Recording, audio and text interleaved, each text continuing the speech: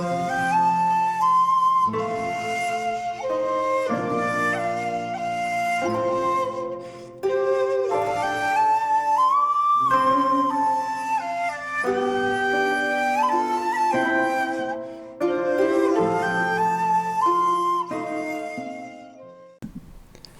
there, this is Solid from Solid Films, and welcome to another episode of Double Take.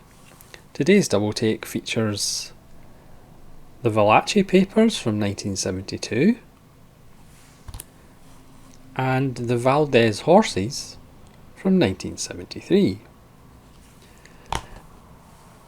I wanted to do this video because there's connections between the two films, but what's more interesting is this is two examples of films that the director, by all accounts, was either not that interested, didn't care, didn't get the story, was just doing it for a job.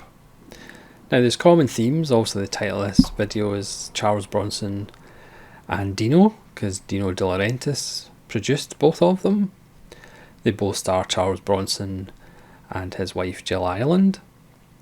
They were both written to some extent, credited or uncredited, by Stephen Geller, who was a novelist and wrote Hollywood scripts including Pretty Poison with Tuesday Weld and Anthony Perkins. Both Italy, France, Spain co-productions, both directed by kind of standard workmanlike directors. The Valachi Papers is Terence Young, who obviously did a lot of James Bond films and kind of your standard by the numbers kind of action thrillers. And the Valdez Horses is John Sturges, who again very workmanlike, and did The Great Escape, The Magnificent Seven. But at this stage in their career, John Sturges would die a few years later. They were pretty much past their prime, if they ever really had a prime. I don't really rate these two guys particularly highly. Again, more just like workmanlike, doing their job.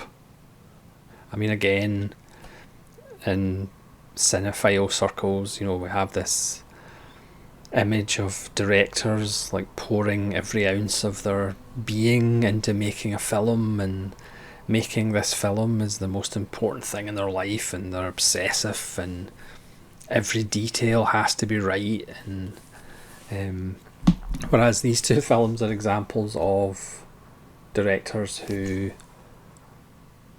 by all accounts, like I say, weren't really that bothered about the film or how it would turn out. So again, these are two new Indicator releases, spine number 187 and 212. And again, with Indicator, you have a lovely booklet, and the extras are really fascinating in these. Again, this is another reason why I'm doing the video, because the extras are really quite interesting. On the Valdez Horses, which is also known as Chino, this is a Region B Indicator release, but Chino is available in Kino Lorber Blu-ray, Region A in the States. So we have an audio commentary by Paul Talbot, who's the author of Bronson's Loose, the making of the Death Wish films, and Bronson's Loose again. We have Dust and Sweat from 2021, which is a 16-minute interview with Gianetto De Rossi, the makeup artist, which is wonderful because again he gives you hints about John Sturges and how he had this image that this was going to be great, you know, a film being directed and working with the guy who did The Magnificent Seven, and he was just profoundly disappointed by John Sturges.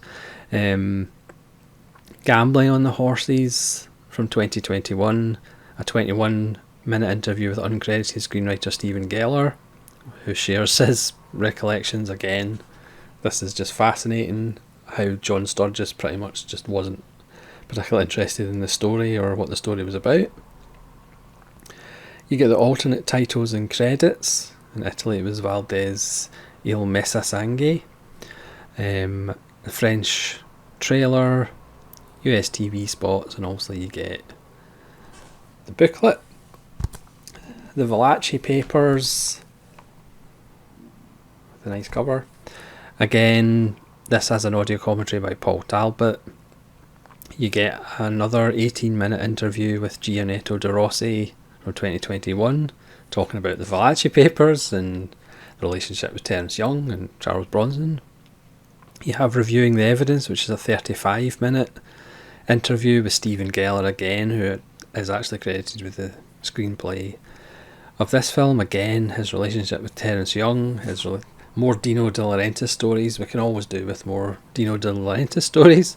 You have Valachi, The Violent Era from 1972, a 7-minute documentary with on-set interviews with Terence Young and Charles Bronson.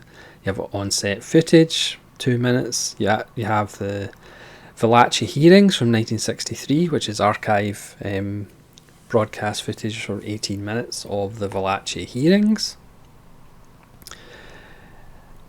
You have the trailer, German trailer, and obviously you get the booklet as well. So we'll start with the Valdez Horses, which was the film I preferred out of the two. It's kind of my kind of western.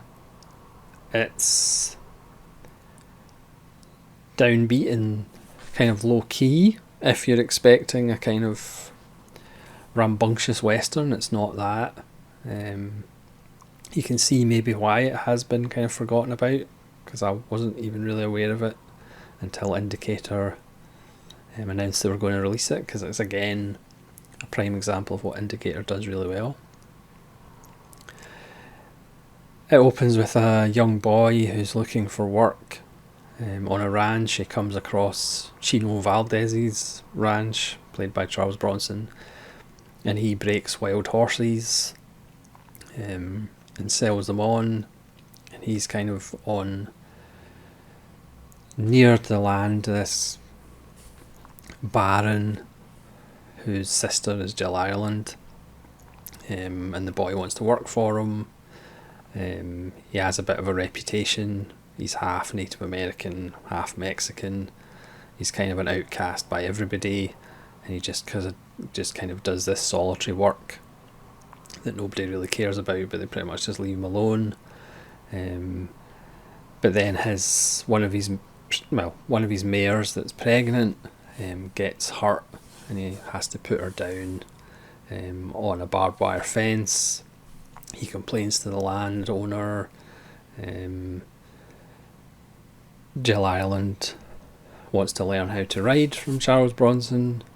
Obviously romance ensues, as you'd expect. And the brother doesn't like that and threatens to kill Charles Bronson and burn down his ranch and kill all his horses. And things move towards their end. But the thing is, that sounds, like an action-packed western, and it's not really. The first 40 minutes is just the relationship with Charles Bronson and this young boy. It's got a really beautiful, melancholic score. The stories are that, John Sturges wasn't really interested in the story. There's a subplot involving Charles Bronson's relationship with the local Native Americans. They were the ones that hurt him before, because he's an outcast, but he has a relationship with them. John Sturges just wanted to get rid of that.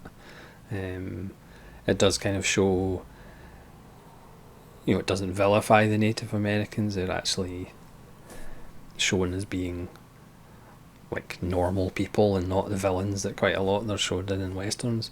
But it's really about the relationship between him and this young boy, and then the relationship that develops between him and Jill Ireland. So it's just this really nice lyrical little story of a man who's doing something that is coming to an end as civilization is creeping closer and closer. I mean, there's a minor brawl in a bar at the start of the film. Obviously, there's a bit more shooty bang bang at the end of the film, but again, the ending isn't what you think it will be. It's actually quite surprising in the end.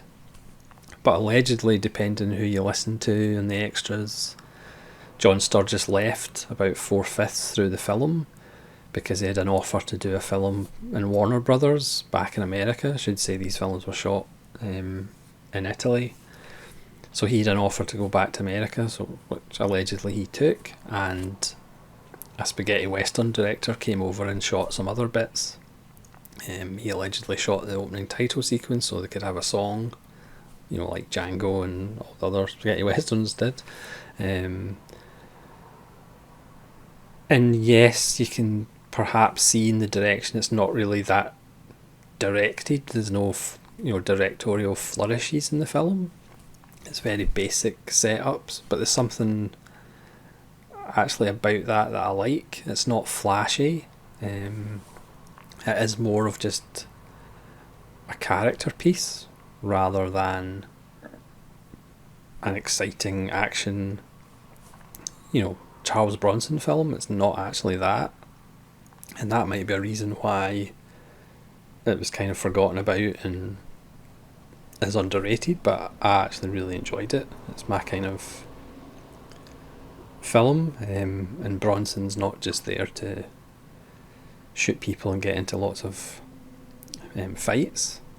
It's about the relationship between him and the horses, him and the land, like I said, him and this young boy who's pretty much just looking for work. So it's actually a really nice little film, despite allegedly John Sturges just not being interested in it at all. Like I said, he wanted to get rid of the whole Native American side of it.